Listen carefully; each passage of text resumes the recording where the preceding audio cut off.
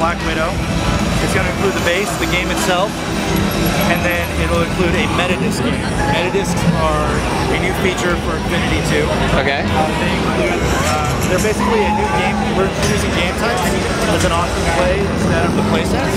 Okay. So there's a lot of, but they're based on the idea of repeatable content. Okay. So the metagame that we've announced here at the show is the Defend Asgard. And the metagames will be themed. So Defend Asgard, and it'll look like, you know, Asgard, Thor's home world, and it'll be a tower defense style game. The playsets themselves, tailored experience, we're looking at the open world of Marvel's Manhattan, and the storyline is Loki and MODOK are frozen over Manhattan. Okay. In a classic villain team up. And when you start off, you will be frozen with the rest of the Avengers inside Stark Tower. And it'll be up to you to free yourself from the tower, clear it out of frost giants, and then free the city from being frozen over, and discover why are they doing it. Okay. So it's a classic Marvel adventure. I'll show you another feature that we have here for 2.0 is that the introduction of skill trees. Skill trees were there because this was really something that went back to the fans. Fans have said, you know, I really like playing these characters in 1.0, but you know what? Barbossa plays just like Jack Sparrow, and I'd really like to differentiate those a little bit more. So beyond just having different moves for these characters, we've created a skill tree. Skill trees allow players to customize the abilities that they'll unlock along the way as they level up their characters. Our level progression now has been, our cap has been upgraded to 20. Okay. 20 from 15. And so you'll have 20 levels where you'll earn points to be able to unlock all of these abilities, or trees, and then you can select which way you want to go with that. The playset itself, like I said, it's an open world environment. It is the largest playset environment that we've ever built. Originally, the Incredibles playset was the largest. I think that's a quarter size of what was Marvel Madness. And the biggest reason for that really was taking into account how incredibly unique the Marvel characters are. And one of the things is how they get around in the universe. So once they are, you know, maxed out, and you have Hulk leaping from building to building, or Spider-Man swinging from rooftop to rooftop, or just Iron Man flying around, you need that space for them to be able to have that locomotion to get back and forth. So that's really why we had to kind of rethink play sets and see what we can do to actually improve the environments. I'll show you a rage move if he's got the point in it. It's one of his super rage moves right there. Signature move. Nice. It's this massive rage move. He grows up a little bigger, and then you'll see him shrink down a little. Another thing, which I will pop on here right now, is these new discs that we have. Okay. So I'm going to pull these two. So we have new discs, which are costume swap discs, which will, once you have the character associated with this, it will actually change their costume into another look, because it's super important for superheroes to have multiple costumes. But then there's also an associated ability with these discs, so it could be anything from you have added damage or added health, etc. So even if you don't have an associated character, you'll still gain a benefit from using the disc. Nice. I'm going to pop this one right here. There we go. So now I've taken Green Hulk to Grey Hulk. Okay. Very classic. And then we have these other discs, which are team-up discs. So these are Marvel team-up discs. And now what these discs do is they'll allow you to summon in an additional character from the Marvel universe to battle with you. So this was another way for us to highlight the cast, really the cast of characters that Marvel actually has at their disposal. So I'm going to throw that down. You'll see it says Marvel Team-Up Winter Soldier comes up on screen. And now that'll be a charge up, so that when that bar is full, it'll tell me I have him available to summon in to help me battle. And like that, you'll be able to swap out characters on the fly, just like you normally would in 1.0. You can do that in 2.0 as well. Cool.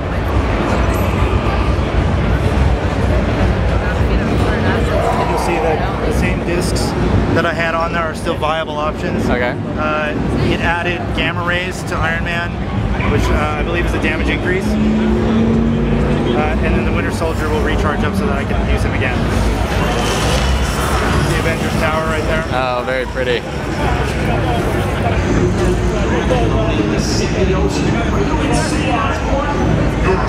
As far as Toy Box goes, we kind of got some criticism on the first one about how it was kind of hard for like a novice player to go into the Toy Box and really do anything, you know, and have any fun with it. So what we did was the developers went ahead and they decided to kind of, I think they kind of gave you different steps in working in the Toy Box. So you obviously can build anything you want, just like in the first one. All the toys from the first one carry over.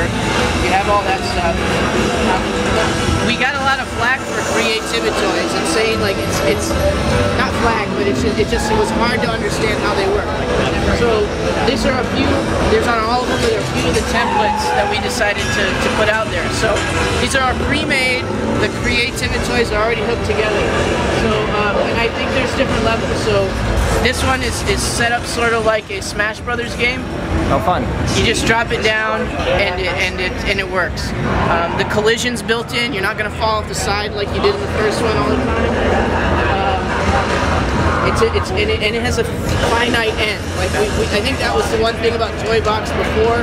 You just kind of did stuff and then you were done. Or like somebody had fireworks that went off and that signified you were done.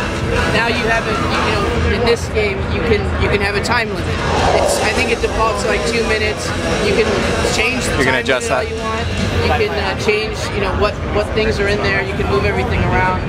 Like I said, we created a collision box, so you can use that and build anything you want. But we also have like templates there. So we have this one's kind of a drop and play template.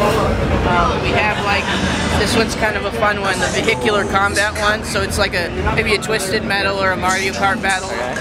So everything's hooked up. I would say the only thing you want to do is take the you know where the spawns and move those around, and then you can like drive around and build your little arena for that. But the toys are already hooked together. I think the big stuff is like in here. So like the different builders. Rail grind.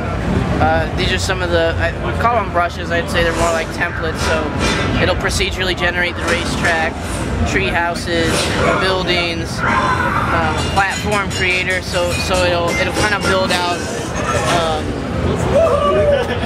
platforms that have the little, you know, you can run some just kind of obstacle course. Okay.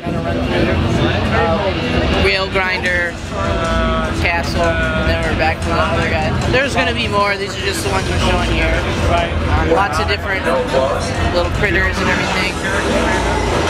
And all the stuff from 1.0 is still in there. Here's some of the new enemies. Oh, fun. Large symbiotes. All the Spider-Man ones. Some of the Avenger ones. Very cool. And then obviously all the old. Agent Coulson, that's great. Ant-Man.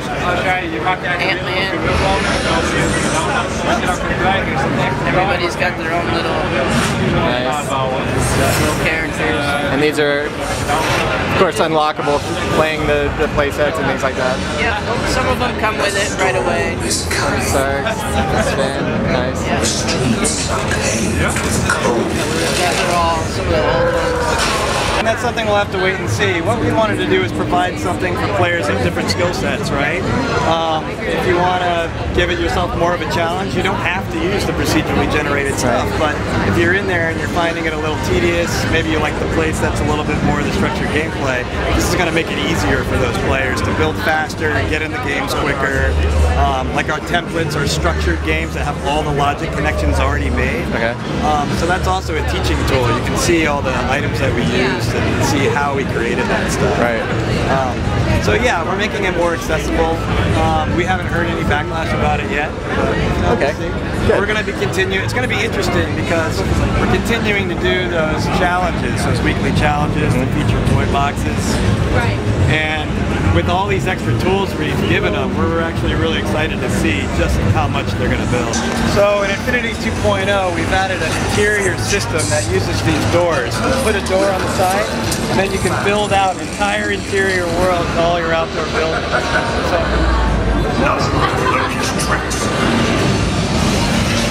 Well, here we go. After you, sir. Now, how big is the interior? How big can it be? Pretty big. You can add room upon room upon room. So Does it have to match the volume of the space that you put it on? The way it's set up, it actually transports you to a set. It's almost like a warp to a toy box, actually. So, and then you can just fill it. It's actually a whole other section that you save that can bring into the toy box. so we're talking like the TARDIS, right? Like you could go into any small thing and make it huge. Definitely. Crazy sky. I can put this down. That's beautiful. And it's actually going to change the sky to be the world of Finding Nemo. So now it's all underwater, and you have all this coral reef in the background. So I can make any world I want to make. So is this any clue that we might get a Darkwing Duck action figure?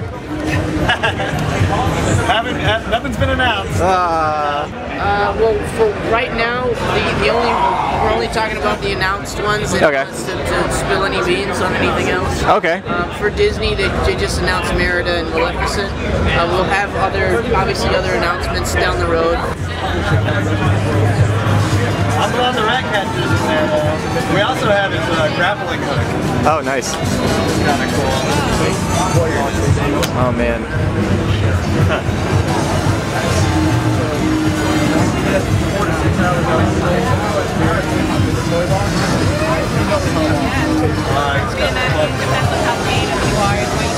We have the individual play sets, so we have the true to property structured gameplay, Right. which is, you're in that Marvel world. Of course, in the toy box, it's up to the player with what they want to do. One thing that we did do with the Disney characters is give them a skill level of 20 as well, so they can level up their characters just like the Marvel characters can level up their skill trees. But yeah, again, Marvel, they're superheroes. They're going to have some crazy, super awesome abilities. But at the same time, some of the Disney characters are pretty powerful too. And also along with adding these other buffs and power discs and things like that, you come up with kind of an even gameplay. For instance, if you leveled up one of the Disney characters to 20, but Marvel was only up to 2, there might be some more balance there.